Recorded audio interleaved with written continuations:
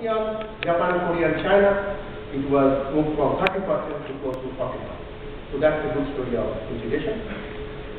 And you can see from the chart here that how they have changed over time. Now, you can see for the South Asia, it's very low and continue to be low within SAARC and South Asia interregional trade. In terms of ASEAN, it went up, but kind of getting stagnant at 26%.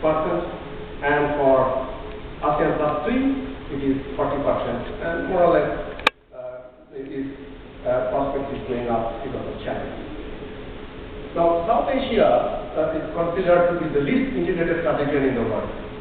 And this is the figure. And that happened because they didn't follow, like South Asia, outward-oriented strategy.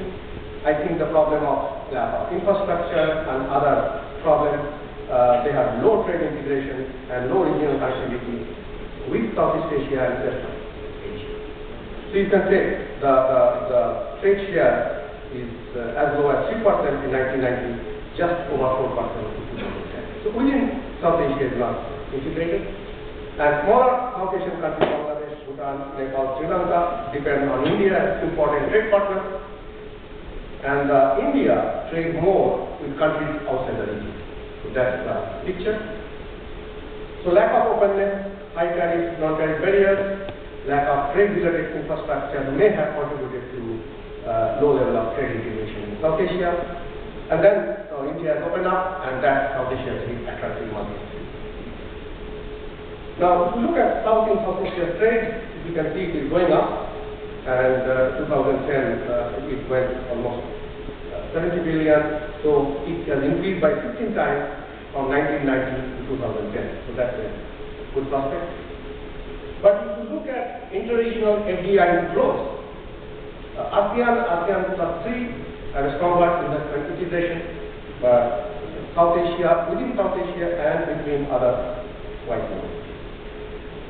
And if you look at this trade openness and FDI openness, basically we look at total trade percentage of GDP and FDI percentage of GDP, it is quite low for South Asian countries. India 33% recently in 2009 in terms of trade, only 6% in terms of FDI. But look at Singapore, Malaysia, Laos, even Laos, Thailand, Vietnam, Brunei, quite high in growth. Now, what I think is that a key factor after I did this study for infrastructure, I found that, okay, physical infrastructure is very important. It's true. But a lot can be done in terms of soft infrastructure, facilitate trade, which is not possible, but more complex in achieving it, which can give you much better results. So first of all, administrative, bureaucratic, and physical bottlenecks in the export and import supply chain is a key problem.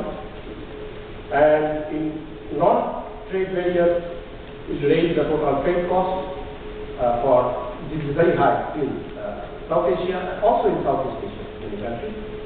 I will show you shortly the World Bank Logistics Perception Index, and I will show you the openness and market orientation. So this globalization and liberalization are important preconditions for these countries to prosper. Better ICT and better logistics, and growth of South Asian local firms is quite important. And South Asian countries as a whole, and CLMV, Cambodia, Laos, Myanmar, Vietnam, need to improve the quality of governance, business environment, and ease of doing business. So, improving investment climate, infrastructure, and impediments to business and trade, and labor market reform is essential. So this is from the picture. If you look at overall logistics score done by World Bank, you can see PRC 30, Thailand 31, India certainly jumps to 39, lower rank, and then Pakistan, Bangladesh is much lower. Customs, again India from 35, 32 becomes 47, and Pakistan, Bangladesh is much lower. Infrastructure, again, not significant difference, but lot of difference. Ease of shipment, there is a difference here. Logistic services, and ease of tracking, and internal logistic cost, it is interesting to see here, Bangladesh is doing better than India in terms of logistic cost, and the timeliness also needs to be improved.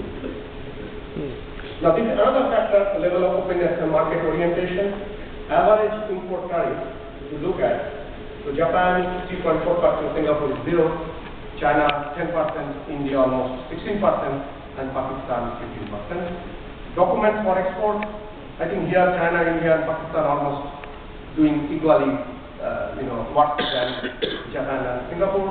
And time to start a business, again, I think India, China are not doing so well.